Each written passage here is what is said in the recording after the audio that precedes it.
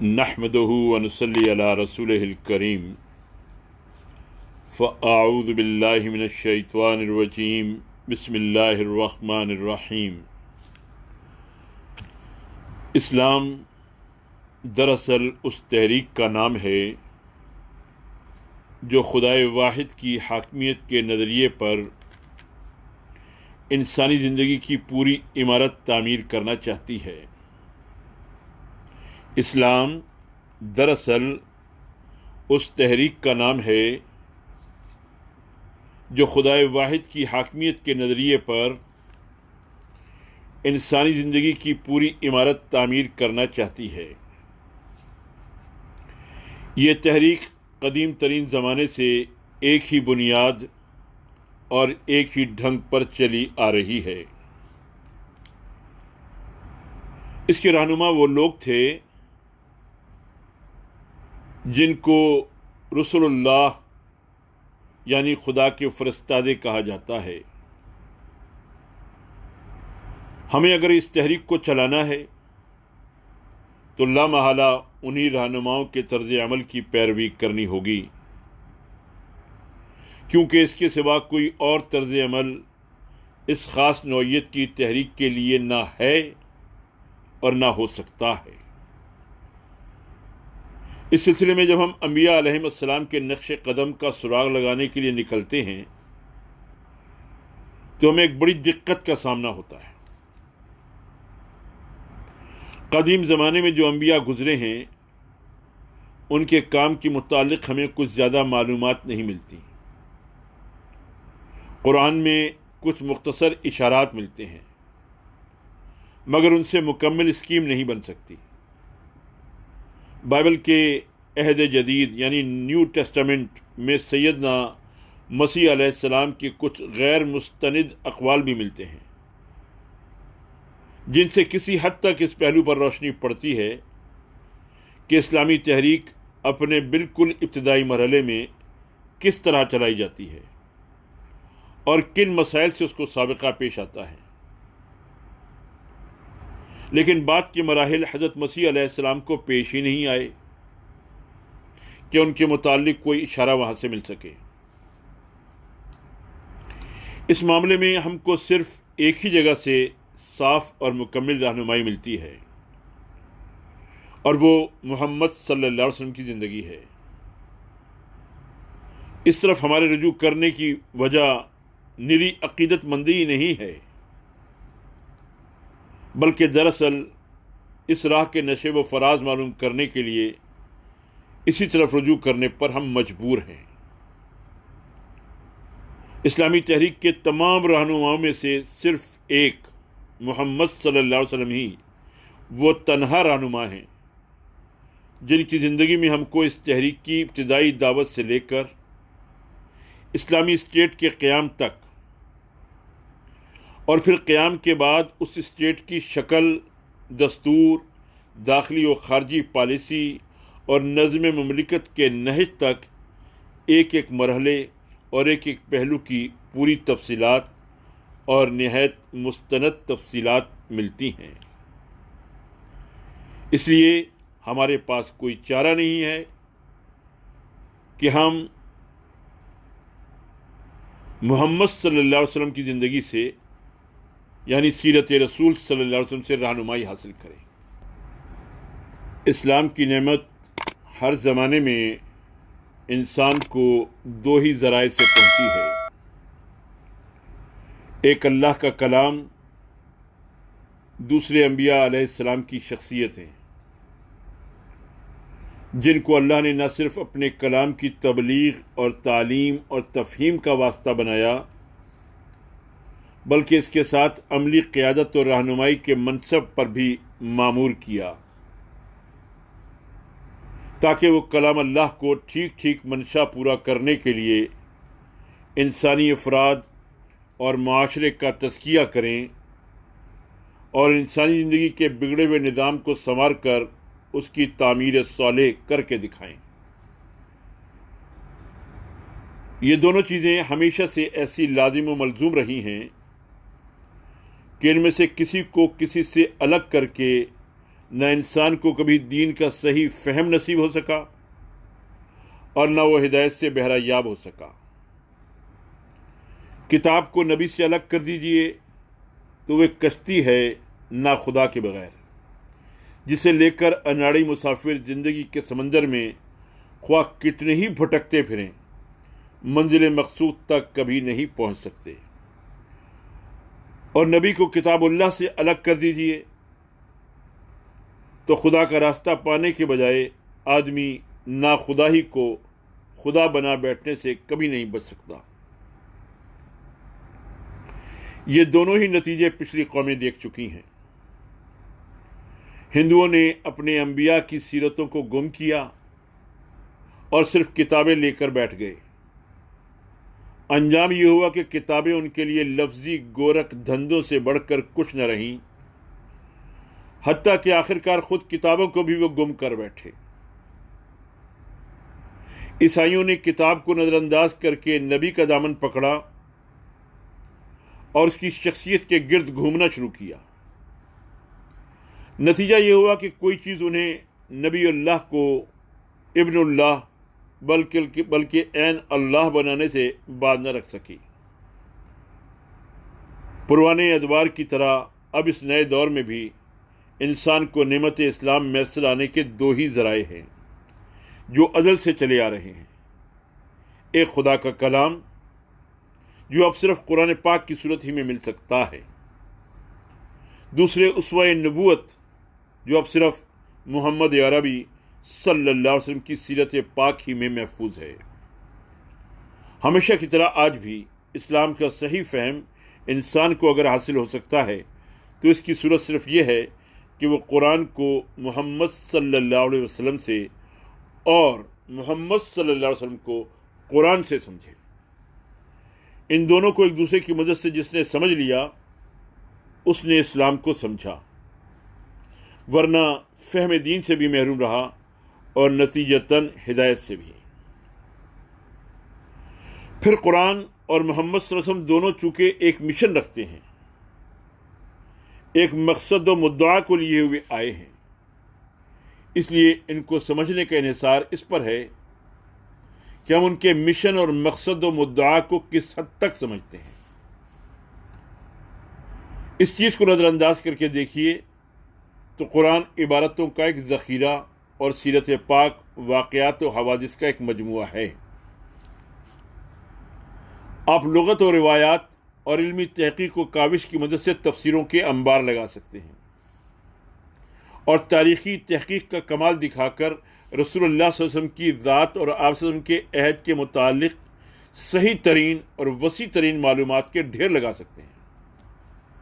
مگر روح دین تک نہیں پہنچ سکتے، کیونکہ یہ عبارات اور واقعات سے نہیں بلکہ اس مقصد سے وابستہ ہے جس کے لیے قرآن اتارا گیا اور جس کی علمبرداری کے لیے محمد عربی صلی اللہ علیہ وسلم کو کھڑا کیا گیا۔ اس مقصد کا تصور جتنا صحیح ہوگا اتنا ہی قرآن اور سیرت کا فہم صحیح، اور جتنا ناقص ہوگا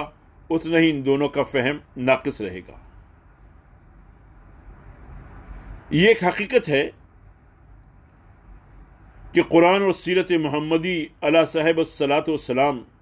دونوں ہی بحر ناپیدا کنار ہیں۔ کوئی انسان یہ چاہے کہ ان کے تمام معانی اور فوائد و برکات کا احاطہ کر لے تو اس میں کبھی کامیاب نہیں ہو سکتا۔ البتہ جس چیز کی کوشش کی جا سکتی ہے وہ بس یہ ہے کہ جس حد تک ممکن ہو آدمی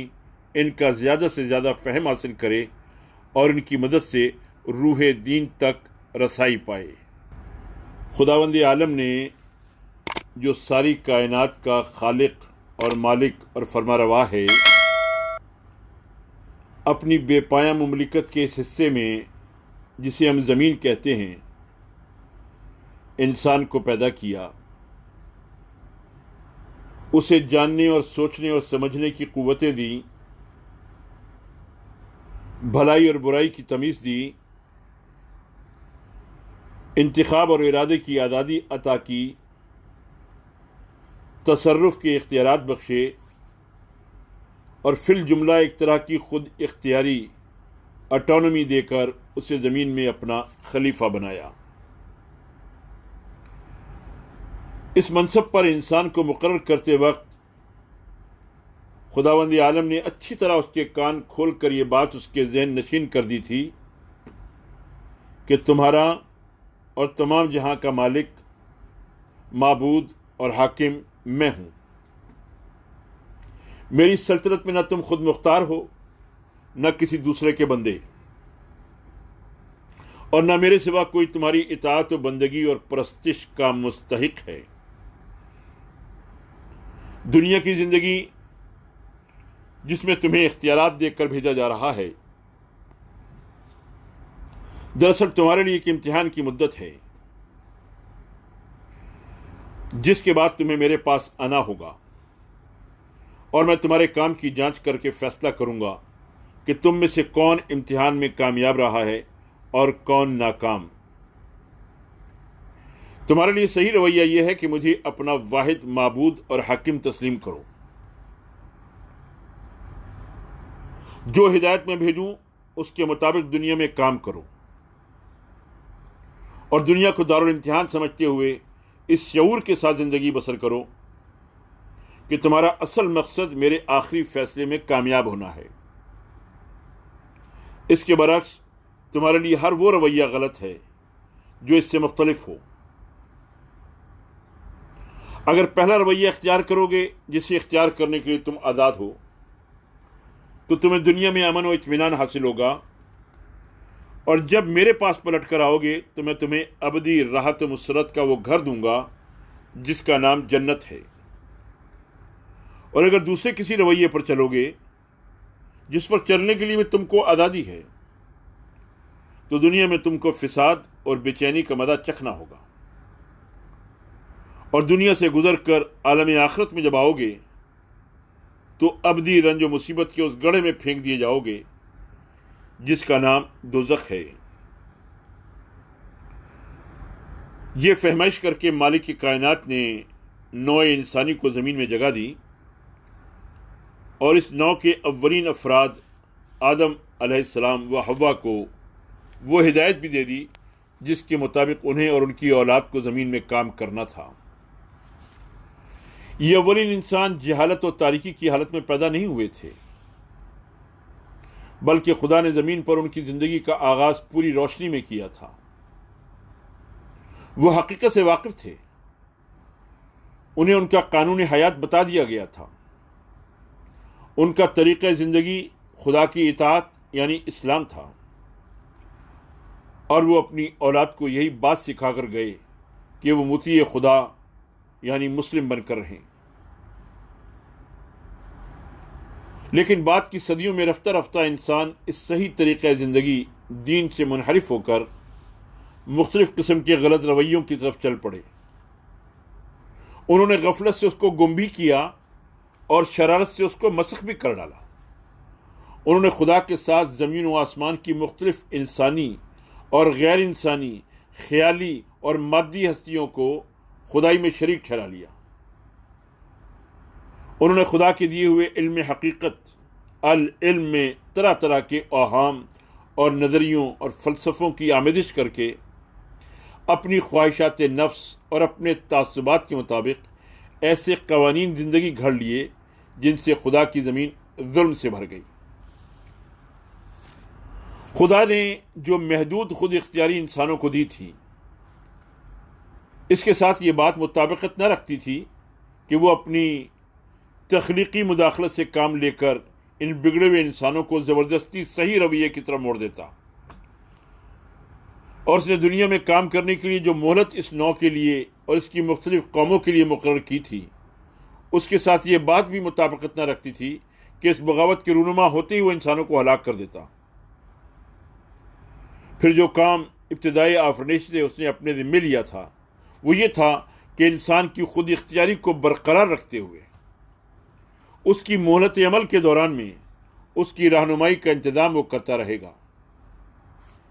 چنانچہ اپنی اسی خود عائد کردہ ذمہ داری کو ادا کرنے کے لیے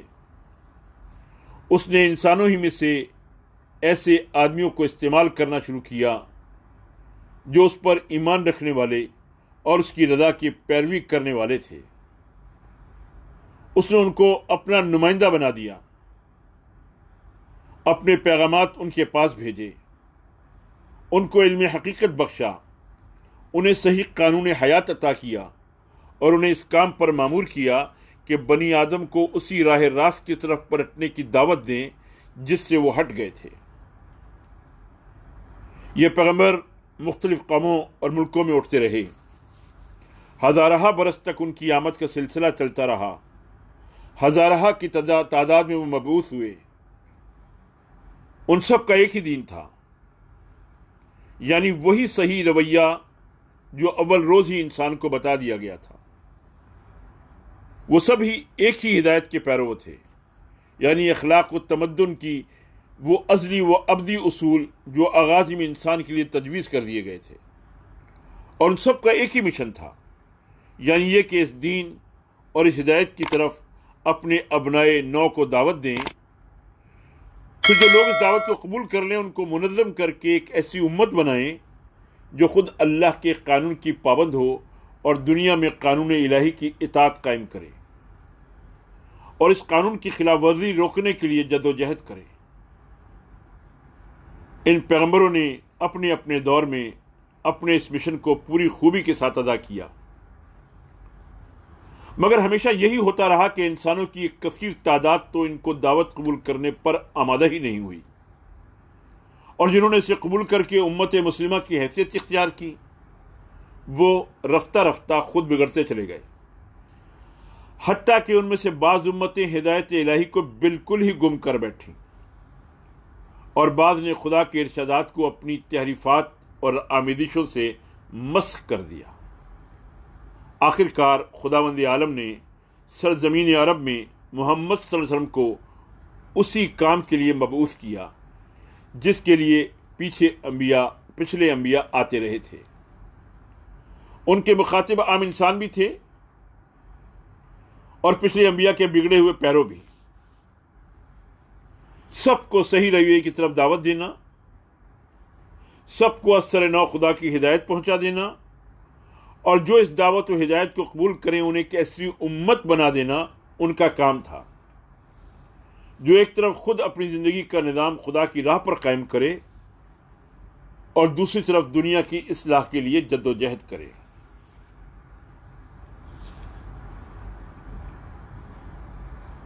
نبوت اور عدلی میثاق سورہ اعراف میں بیان کیا گیا ہے، وَإِذْ أَخَذَ رَبُّكَ مِن بَنِي آدَمَ مِن ظُهُورِهِمْ ذُرِّيَّتَهُمْ وَأَشْهَدَهُمْ عَلَىٰ أَنفُسِهِمْ أَلَسْتُ بِرَبِّكُمْ قَالُوا بَلَىٰ شَهِدْنَا أَن تَقُولُوا يَوْمَ الْقِيَامَةِ إِنَّا كُنَّا عَنْ هَٰذَا غَافِلِينَ أَوْ تَقُولُوا إِنَّمَا أَشْرَكَ آبَاؤُنَا مِن قَبْلُ وَكُنَّا ذُرِّيَّةً مِّن بَعْدِهِمْ أَفَتُهْلِكُنَا بِمَا فَعَلَ الْمُبْطِلُونَ۔ سورہ اعراف کی آیات 172 اور 173 میں ارشاد ہے، اور اے نبی صلی اللہ علیہ وسلم لوگوں کو یاد دلاؤ وہ وقت جب کہ تمہارے رب نے بنی آدم کی پشتوں سے ان کی نسل کو نکالا تھا اور انہیں خود ان کے اوپر گواہ بناتے ہوئے پوچھا تھا کیا میں تمہارا رب نہیں ہوں؟ الست بربکم، انہوں نے کہا ضرور آپ ہی ہمارے رب ہیں، ہم اس پر گواہی دیتے ہیں۔ قالوا بلا شہدنا، یہ ہم نے اس لیے کیا کہ کہیں تم قیامت کے روز یہ نہ کہہ دو کہ ہم تو اس بات سے بے خبر تھے۔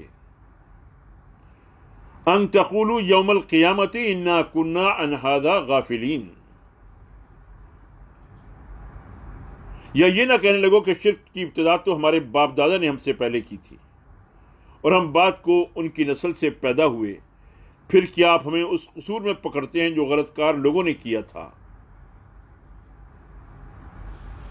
سورہ اعراف کی ان آیات میں وہ غرض بیان کی گئی ہے جس کے لیے ازل میں پوری نسل آدم سے اقرار لیا گیا تھا، اور وہ یہ ہے کہ انسانوں میں سے جو لوگ اپنے خدا سے بغاوت اختیار کریں وہ اپنے اس جرم کے پوری طرح ذمہ دار قرار پائیں، انہیں اپنی صفائی میں نہ تو لا علمی کا عذر پیش کرنے کا موقع ملے اور نہ وہ سابق نسلوں پر اپنی گمراہی کی ذمہ داری ڈال کر خود بری ذمہ ہو سکیں۔ گویا بالفاظ دیگر اللہ تعالیٰ اس ازلی عہد و میثاق کو اس بات پر دلیل قرار دیتا ہے کہ نوع انسانی میں سے ہر شخص انفرادی طور پر اللہ کے الہ واحد اور رب واحد ہونے کی شہادت اپنے اندر لیے ہوئے ہے، اور اس بنا پر یہ کہنا غلط ہے کہ کوئی شخص کامل بے خبری کے سبب سے یا ایک گمراہ ماحول میں پرورش پانے کے سبب سے اپنی گمراہی کی ذمہ داری سے بالکلیہ بری ہو سکتا ہے۔ اب سوال پیدا ہوتا ہے کہ اگر یہ ازلی میثاق فی الواقع عمل میں آیا بھی تھا تو کیا اس کی یاد ہمارے شعور اور حافظے میں محفوظ ہے؟ کیا ہم میں سے کوئی شخص بھی یہ جانتا ہے کہ آغاز آفرینش میں وہ اپنے خدا کے سامنے پیش کیا گیا تھا اور اس سے الست بربکم کا سوال ہوا تھا اور اس نے بلا کہا تھا؟ اگر نہیں تو پھر اس اقرار کو جس کی یاد ہمارے شعور و حافظے سے محو ہو چکی ہے ہمارے خلاف حجت کیسے قرار دیا جا سکتا ہے؟ اس کا جواب یہ ہے کہ اگر اس میثاق کا نقش انسان کے شعور اور حافظے میں تازہ رہنے دیا جاتا تو انسان کا دنیا کی موجودہ امتحان گاہ میں بھیجا جانا سرے سے فضول ہو جاتا، کیونکہ اس کے بعد تو اس آزمائش و امتحان کے کوئی معنی ہی باقی نہ رہ جاتے۔ لہذا اس نقش کو شعور و حافظے میں تو تازہ نہیں رکھا گیا، لیکن وہ تحت الشعور سب کانشس مائنڈ اور وجدان یعنی میں یقیناً محفوظ ہے۔ اس کا حال وہی ہے جو ہمارے تمام دوست تحت الشعوری اور وجدانی علوم کا حال ہے۔ تہذیب و تمدن اور اخلاق و معاملات کے تمام شعبوں میں انسان سے آج تک جو کچھ بھی ظہور میں آیا ہے وہ سب در حقیقت انسان کے اندر بالقوہ یعنی پوٹینشلی موجود تھا۔ خارجی محرکات اور داخلی تحریکات نے مل جل کر اگر کچھ کیا ہے تو صرف اتنا کہ جو کچھ بالقوہ یعنی پوٹینشلی موجود تھا اسے بالفعل کر دیا۔ یہ ایک حقیقت ہے کہ کوئی تعلیم، کوئی تربیت، کوئی ماحولی تاثیر اور کوئی داخلی تحریک انسان کے اندر کوئی چیز بھی جو اس کے اندر بالقوہ موجود نہ ہو ہرگز پیدا نہیں کر سکتی۔ اور اسی طرح یہ سب مؤثرات اگر اپنے تمام زور بھی صرف کر دیں تو ان میں طاقت نہیں ہے کہ ان چیزوں میں سے جو انسان کے اندر بالقوہ موجود ہیں کسی چیز کو قطعی محو کر دیں۔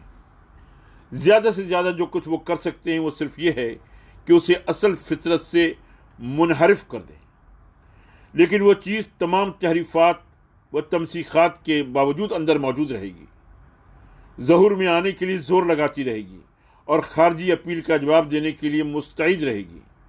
یہ معاملہ جیسا کہ ابھی بیان کیا گیا ہمارے تمام تحت الشعوری اور وجدانی علوم کے ساتھ عام ہے۔ وہ سب ہمارے اندر بالقوہ موجود ہیں اور ان کے موجود ہونے کا یقینی ثبوت ان چیزوں سے ہمیں ملتا ہے جو بالفعل ہم سے ظاہر ہوتی ہیں۔ ان سب کے ظہور میں آنے کے لیے خارجی تذکیر، یاد دہانی، تعلیم، تربیت اور تشکیل کی ضرورت ہوتی ہے، اور جو کچھ ہم سے ظاہر ہوتا ہے وہ گویا در حقیقت خارجی اپیل کا وہ جواب ہے جو ہمارے اندر کی بالقوہ موجودات کی طرف سے ملتا ہے۔ ان سب کو اندر کی غلط خواہشات اور باہر کی غلط تاثیرات دبا کر، پردہ ڈال کر، منحرف اور مسخ کر کے کالعدم کر سکتی ہیں، مگر بالکل معدوم نہیں کر سکتی۔ اور اسی لیے اندرونی احساس اور بیرونی سعی دونوں سے اصلاح اور تبدیلی ممکن ہوتی ہے۔ ٹھیک یہی کیفیت اس وجدانی علم کی بھی ہے جو ہمیں کائنات میں اپنی حقیقی حیثیت اور خالق کائنات کے ساتھ اپنے تعلق کے بارے میں حاصل ہے۔ اس کے موجود ہونے کا ثبوت یہ ہے کہ وہ انسانی زندگی کے ہر دور میں، زمین کے ہر خطے میں، ہر بستی، ہر پشت اور ہر نسل میں ابھرتا رہا ہے، اور کبھی دنیا کی کوئی طاقت اسے محو کر دینے میں کامیاب نہیں ہو سکی ہے۔ اس کے مطابق حقیقت ہونے کا ثبوت یہ ہے کہ جب کبھی وہ ابھر کر بالفعل ہماری زندگی میں کار فرما ہوا ہے اس نے صالح اور مفید نتائج ہی پیدا کیے ہیں۔ اس کو ابھرنے اور ظہور میں آنے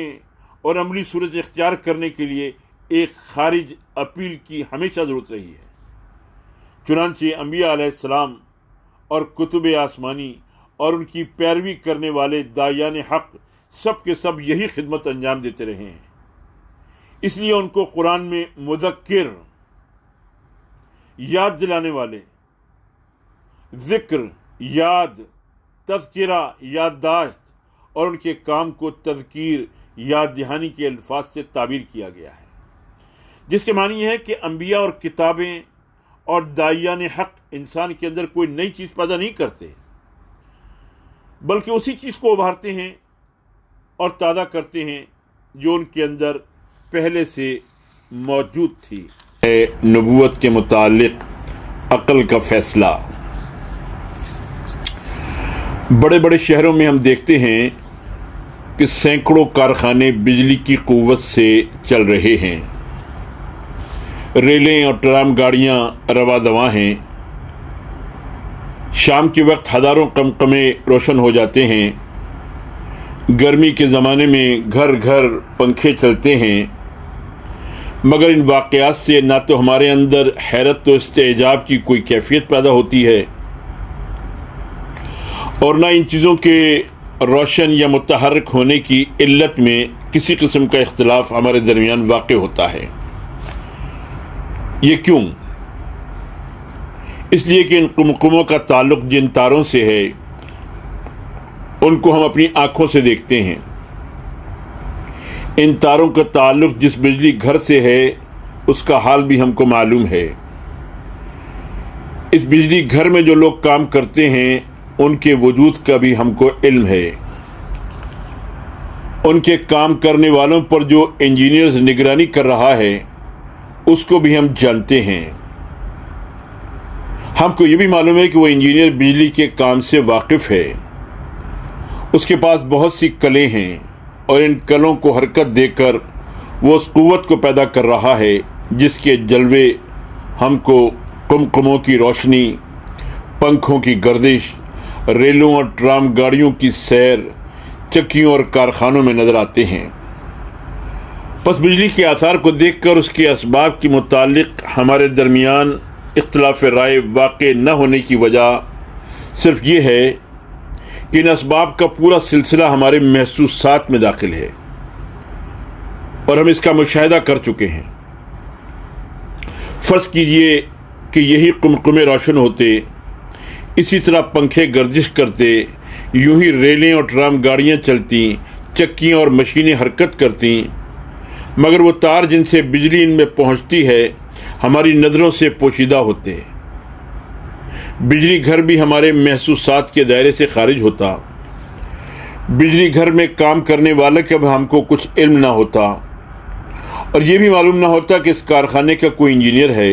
جو اپنے علم اور اپنی قدرت سے اس کو چلا رہا ہے۔ کیا اس وقت بھی بجلی کے ان آثار کو دیکھ کر ہمارے دل ایسے ہی مطمئن ہوتے؟ کیا اس وقت بھی ہم اسی طرح ان مظاہر کی علتوں میں اختلاف نہ کرتے؟ ظاہر ہے کہ آپ اس کا جواب نفی میں دیں گے۔ کیوں؟ اس لیے کہ جب آثار کے اسباب پوشیدہ ہوں اور مظاہر کی علتیں غیر معلوم ہوں تو دلوں میں حیرت کے ساتھ بے اطمینانی کا پیدا ہونا، دماغوں کا اس راز سربستہ کی جستجو میں لگ جانا اور اس راز کے متعلق قیاسات و آراء کا مختلف ہونا ایک فطری بات ہے۔ اب ذرا اسی مفروضے پر سلسلہ کلام کو آگے بڑھائیے۔ مان لیجئے کہ یہ جو کچھ فرض کیا گیا ہے در حقیقت عالم واقع میں موجود ہے، ہزاروں لاکھوں قمقمے روشن ہیں، لاکھوں پنکھے چل رہے ہیں، گاڑیاں دوڑ رہی ہیں، کارخانے حرکت کر رہے ہیں، اور ہمارے پاس یہ معلوم کرنے کا کوئی ذریعہ نہیں ہے کہ ان میں کون سی قوت کام کر رہی ہے اور وہ کہاں سے آتی ہے۔ لوگ ان مظاہر کو دیکھ کر حیران و شجدر ہیں۔ ہر شخص ان کے اسباب کی جستجو میں عقل کے گھوڑے دوڑا رہا ہے۔ کوئی کہتا ہے کہ سب چیزیں آپ سے آپ روشن اور متحرک ہیں، ان کے اپنے وجود سے خارج کوئی ایسی چیز نہیں ہے جو انہیں روشنی یا حرکت بخشنے والی ہو۔ کوئی کہتا ہے کہ چیزیں جن مادوں سے بنی ہوئی ہیں انہی کی ترکیب نے ان کے اندر روشنی اور حرکت کی کیفیتیں پیدا کر دی ہیں۔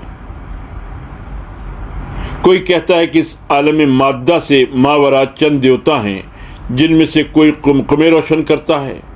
کوئی ٹرام اور ریلیں چلاتا ہے، کوئی پنکھوں کو گردش دیتا ہے اور کوئی کارخانوں اور چکیوں کا محرک ہے۔ بعض لوگ ایسے ہیں جو سوچتے سوچتے تھک گئے ہیں اور آخر میں عاجز ہو کر کہنے لگے ہیں کہ ہماری عقل اس طلسم کی کنہ تک نہیں پہنچ سکتی،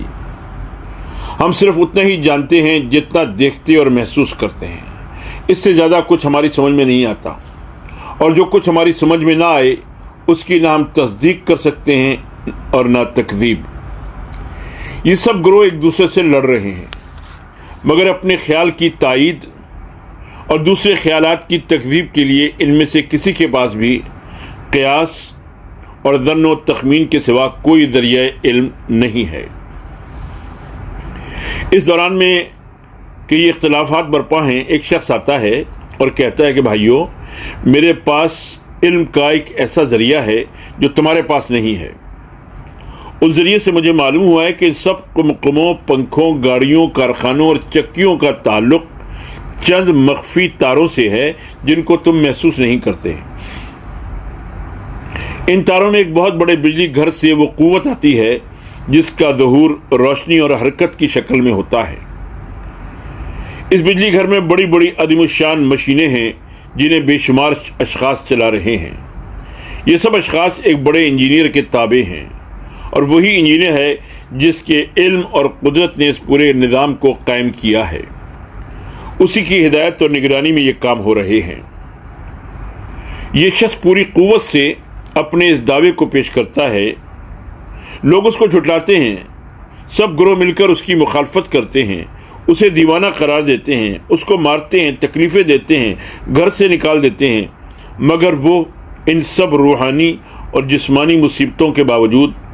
اپنے دعوے پر قائم رہتا ہے۔ کسی خوف یا لالچ سے اپنے قول میں ذرہ برابر بھی ترمیم نہیں کرتا، کسی مصیبت سے اس کے دعوے میں کمزوری نہیں آتی ہے۔ اس کی ہر بات سے ظاہر ہوتا ہے کہ اس کو اپنے قول کی صداقت پر کامل یقین ہے۔ اس کے بعد ایک دوسرا شخص آتا ہے اور وہ بھی بجن سے ہی یہی قول اس دعوے کے ساتھ پیش کرتا ہے۔ پھر تیسرا، چوتھا، پانچواں آتا ہے اور وہی بات کہتا ہے جو اس کے پیش راؤں نے کہی تھی۔ اس کے بعد آنے والوں کا ایک تانتا بندھ جاتا ہے، یہاں تک کہ ان کی تعداد سینکڑوں اور ہزاروں سے تجاوز کر جاتی ہے، اور یہ سب اسی ایک قول کی اسی ایک دعوے کے ساتھ پیش کرتے ہیں۔ زمان و مکان اور حالات کے اختلافات کے باوجود ان کے قول میں کوئی اختلاف نہیں ہوتا۔ سب کہتے ہیں کہ ہمارے پاس علم کا ایک ایسا ذریعہ ہے جو عام لوگوں کے پاس نہیں ہے۔ سب کو دیوانہ قرار دیا جاتا ہے، ہر طرح کے ظلم و ستم کا نشانہ بنایا جاتا ہے، ہر طریقے سے ان کو مجبور کیا جاتا ہے کہ اپنے قول سے باز آ جائیں، مگر سب کے سب اپنی بات پر قائم رہتے ہیں، اور دنیا کی کوئی قوت ان کو اپنے مقام سے ایک انچ نہیں ہٹا سکتی۔ اس عزم و استقامت کے ساتھ ان لوگوں کی نمایاں خصوصیات یہ ہیں کہ ان میں سے کوئی جھوٹا، چور، خائن، بدکار، ظالم اور حرام خور نہیں ہے۔ ان کے دشمنوں اور مخالفوں کو بھی اس کا اعتراف ہے۔ ان سب کے اخلاق پاکیزہ ہیں، سیرتیں انتہا درجے کی نیک ہیں، اور اس نے خلق میں یہ اپنے دوسرے ابنائے نو سے ممتاز ہیں۔ پھر ان کے اندر جنون کا بھی کوئی اثر نہیں پایا جاتا، بلکہ اس کے برعکس وہ تہذیب اخلاق، تزکیہ نفس اور دنیاوی معاملات کی اصلاح کے لیے ایسی تعلیمات پیش کرتے ہیں اور ایسے قوانین بناتے ہیں جن کے مثل بنانا تو درکنار، بڑے بڑے علماء و عقلاء کو ان کی باریکیاں سمجھنے میں پوری عمریں صرف کر دینی پڑتی ہیں۔ ایک طرف وہ مختلف الخیال مکذبین ہیں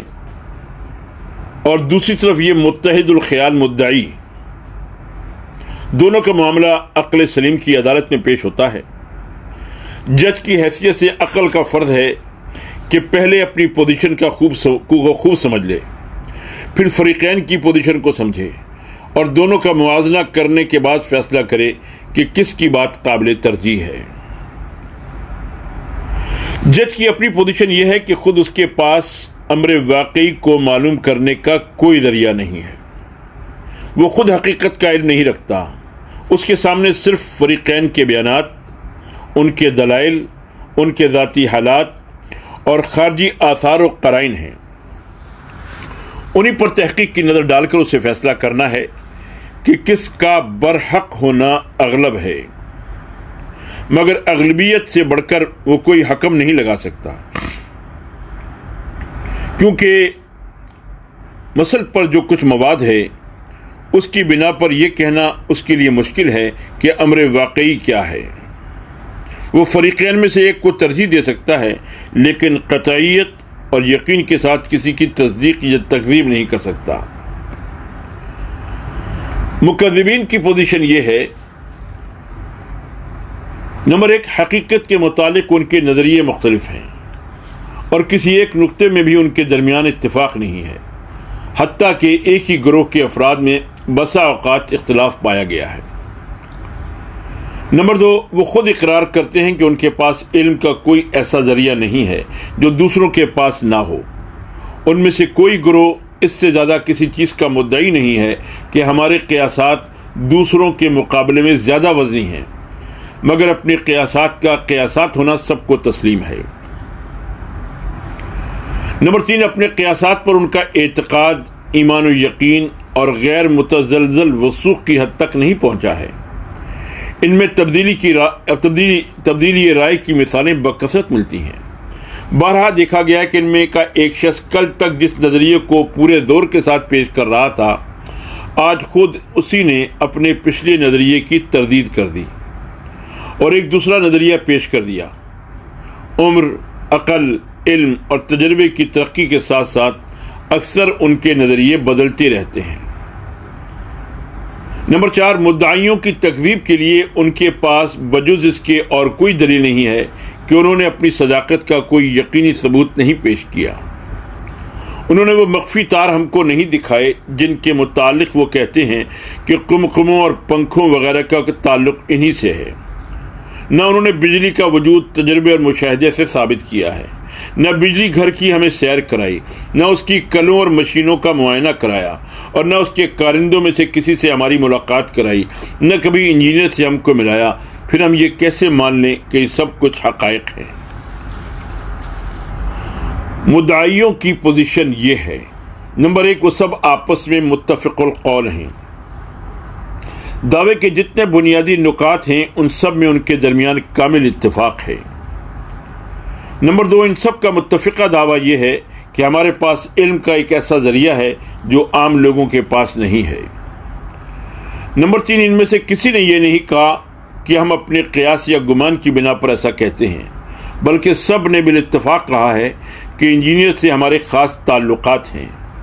اس کے کارندے ہمارے پاس آتے ہیں، اس نے اپنے کارخانے کی سیر بھی ہم کو کرائی ہے، اور ہم جو کچھ کہتے ہیں علم و یقین کی بنا پر کہتے ہیں، ظن و تخمین کی بنا پر نہیں کہتے۔ نمبر چار، ان میں ایک مثال بھی ایسی نہیں ملتی کہ کسی نے اپنے بیان میں ذرہ برابر بھی کوئی تغیر و تبدل کیا ہو۔ ایک ہی بات ہے جو ان میں کا ہر شخص دعوے کے آغاز سے زندگی کے آخری سانس تک کہتا رہا ہے۔ نمبر پانچ، ان کی سیرتیں انتہا درجے کی پاکیزہ ہیں، جھوٹ، فریب، مکاری، دغا بازی کا کہیں شائبہ تک نہیں ہے، اور کوئی وجہ نظر نہیں آتی کہ جو لوگ زندگی کے تمام معاملات میں سچے اور کھرے ہوں وہ خاص اسی معاملے میں بالاتفاق جھوٹ بولیں۔ نمبر چھ، اس کا بھی کوئی ثبوت نہیں ہے کہ یہ دعویٰ پیش کرنے سے ان کے پیش نظر کوئی ذاتی فائدہ تھا۔ برعکس اس کے یہ ثابت ہے کہ ان میں سے اکثر و بیشتر نے اس دعوے کی خاطر انتہائی درجے کے مصائب برداشت کیے ہیں، جسمانی تکلیفیں سہی ہیں، قید کیے گئے، مارے اور پیٹے گئے، جلا وطن کیے گئے، بعض قتل کر دیے گئے، حتیٰ کہ بعض کو آرے سے چیر ڈالا گیا، اور چند کے سوا کسی کو بھی خوشحالی و فارغ البالی کی زندگی میسر نہ ہوئی۔ لہذا کسی ذاتی غرض کا الزام ان پر نہیں لگایا جا سکتا، بلکہ ان کا ایسے حالات میں اپنے دعوے پر قائم رہنا یہ ظاہر کرتا ہے کہ ان کو اپنی صداقت پر انتہا درجے کا یقین تھا، ایسا یقین کہ اپنی جان بچانے کے لیے بھی ان میں سے کوئی اپنے دعوے سے باز نہ آیا۔ نمبر سات، ان کے متعلق مجنون اور فاتر العقل ہونے کا بھی کوئی ثبوت نہیں ہے۔ زندگی کے تمام معاملات میں وہ سب کے سب غیر درجے کے دانشمند اور سلیم العقل پائے گئے ہیں۔ ان کے مخالفین نے بھی اکثر ان کی دانشمندی کا لوہا مانا ہے۔ پھر یہ کیسے باور کیا جا سکتا ہے کہ ان سب کو خالص اسی معاملے میں جنون لاحق ہو گیا ہو، اور وہ معاملہ بھی کیسا جو ان کے لیے زندگی اور موت کا سوال بن گیا ہو، جس کے لیے انہوں نے دنیا بھر کا مقابلہ کیا ہو، جس کی خاطر وہ سالہ ہر سال دنیا سے لڑتے رہے ہوں، جو ان کی ساری عاقلانہ تعلیمات کا، جن کے عاقلانہ ہونے کا بہت سے مکذبین کو بھی اعتراف ہے، اصل الاصول ہو۔ نمبر 8، انہوں نے خود بھی یہ نہیں کہا کہ ہم انجینئر یا اس کے کارندوں سے تمہاری ملاقات کرا سکتے ہیں، یا اس کا مخفی کارخانہ تمہیں دکھا سکتے ہیں، یا تجربہ اور مشاہدے سے اپنے دعوے کو ثابت کر سکتے ہیں۔ وہ خود ان تمام امور کو غیب سے تعبیر کرتے ہیں اور کہتے ہیں کہ ہم پر اعتماد کرو اور جو کچھ ہم بتاتے ہیں اسے مان لو۔ فریقین کی پوزیشن اور ان کے بیانات پر غور کرنے کے بعد اب عقل کی عدالت اپنا فیصلہ صادر کرتی ہے، یعنی مکذبین کی بات بھی اور مدعیوں کی پوزیشن بھی سامنے ہے، اور اب عقل کی عدالت اپنا فیصلہ صادر کرتی ہے۔ وہ کہتی ہے کہ چند مظاہر و آثار کو دیکھ کر ان کے باطنی اسباب و علل کی جستجو دونوں فریقوں نے کی ہے، اور ہر ایک نے اپنے اپنے نظریات پیش کیے ہیں۔ بادی نظر میں سب کے نظریات اس لحاظ سے یکساں ہیں کہ اولاً ان میں سے کسی میں استحالہ عقلی نہیں ہے، یعنی قوانین عقلی کے لحاظ سے کسی نظریے کے متعلق نہیں کہا جا سکتا کہ اس کا صحیح ہونا غیر ممکن ہے۔ ثانیاً ان میں سے کسی کی صحت تجربے یا مشاہدے سے ثابت نہیں کی جا سکتی۔ نہ فریق اول میں سے کوئی گروہ اپنے نظریات کا ایسا سائنٹیفک ثبوت دے سکتا ہے جو ہر شخص کو یقین کرنے پر مجبور کر دے، اور نہ فریق ثانی اس پر قادر یا اس کا مدعی ہے۔ لیکن مزید غور و تحقیق کے بعد چند امور ایسے نظر آتے ہیں جن کی بنا پر تمام نظریات میں سے فریق ثانی کا نظریہ قابل ترجیح قرار پاتا ہے۔ اولاً کسی دوسرے نظریے کی تائید میں اتنی کثیر تعداد لوگوں کا مختلف زمانوں اور مختلف مقامات میں اس دعوے پر متفق ہو جانا کہ ان سب کے پاس ایک غیر معمولی ذریعہ علم ہے، اور ان سب نے اس ذریعے سے خارجی مظاہر کے باطنی اسباب کو معلوم کر لیا ہے، ہم کو اس دعوے کی تصدیق پر مائل کر دیتا ہے، خصوصاً اس وجہ سے کہ اپنی معلومات کے متعلق ان کے بیانات میں کوئی اختلاف نہیں ہے۔ جو معلومات انہوں نے بیان کی ہیں ان میں کوئی استحالہ عقلی بھی نہیں ہے، اور نہ یہ بات قوانین عقلی کی بنا پر محال قرار دی جا سکتی ہیں کہ بعض انسانوں میں کچھ ایسی غیر معمولی قوتیں ہوں جو عام طور پر دوسرے انسانوں میں نہ پائی جاتی ہوں۔ ثالثاً خارجی مظاہر کی حالت پر غور کرنے سے اغلب یہی معلوم ہوتا ہے کہ فریق ثانی کا نظریہ صحیح ہو، اس لیے کہ قمقمے، پنکھے، گاڑیاں، کارخانے وغیرہ نہ تو آپ سے آپ روشن اور متحرک ہیں، کیونکہ اگر ایسا ہوتا تو ان کا روشن اور متحرک ہونا ان کے اپنے اختیار میں ہوتا، حالانکہ ایسا نہیں ہے۔ نہ ان کی روشنی و حرکت ان کے مادہ جسمی کی ترکیب کا نتیجہ ہے، کیونکہ جب وہ متحرک اور روشن نہیں ہوتے اس وقت بھی یہی ترکیب جسمی موجود رہتی ہے۔ نہ ان کا الگ الگ قوتوں کے زیر اثر ہونا صحیح معلوم ہوتا ہے، کیونکہ بسا اوقات جب قمقموں میں روشنی نہیں ہوتی تو پنکھے بھی بند ہوتے ہیں، ٹرام کاریں بھی موقوف ہوتی ہیں، اور کارخانے بھی نہیں چلتے۔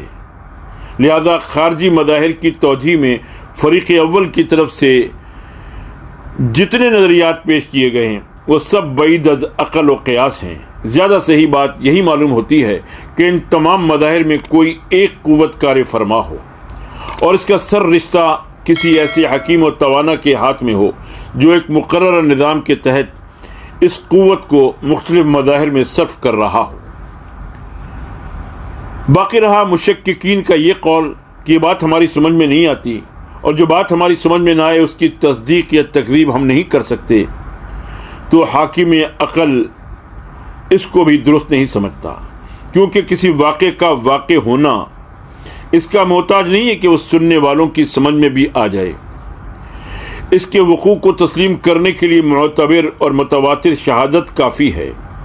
اگر ہم سے چند معتبر آدمی آ کر کہیں کہ ہم نے زمین مغرب میں آدمیوں کو لوہے کی گاڑیوں میں بیٹھ کر ہوا پر اڑتے دیکھا ہے، اور ہم اپنے قانون سے لندن میں بیٹھ کر امریکہ کا گانا سن کر آئے ہیں، تو ہم صرف یہ دیکھیں گے کہ یہ لوگ جھوٹے اور مسخرے تو نہیں ہیں۔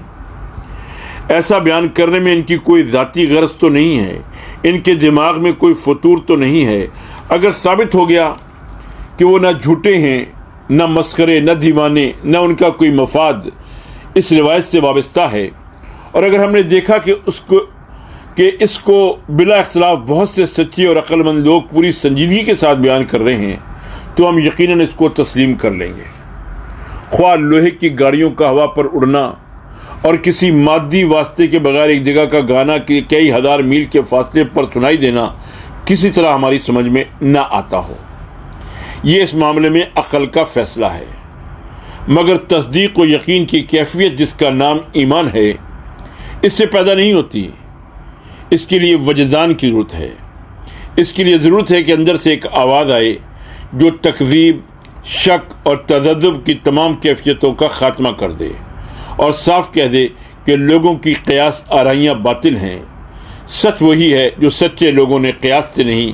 بلکہ علم و بصیرت کی روح سے بیان کیا ہے۔ وما علینا الا البلاغ۔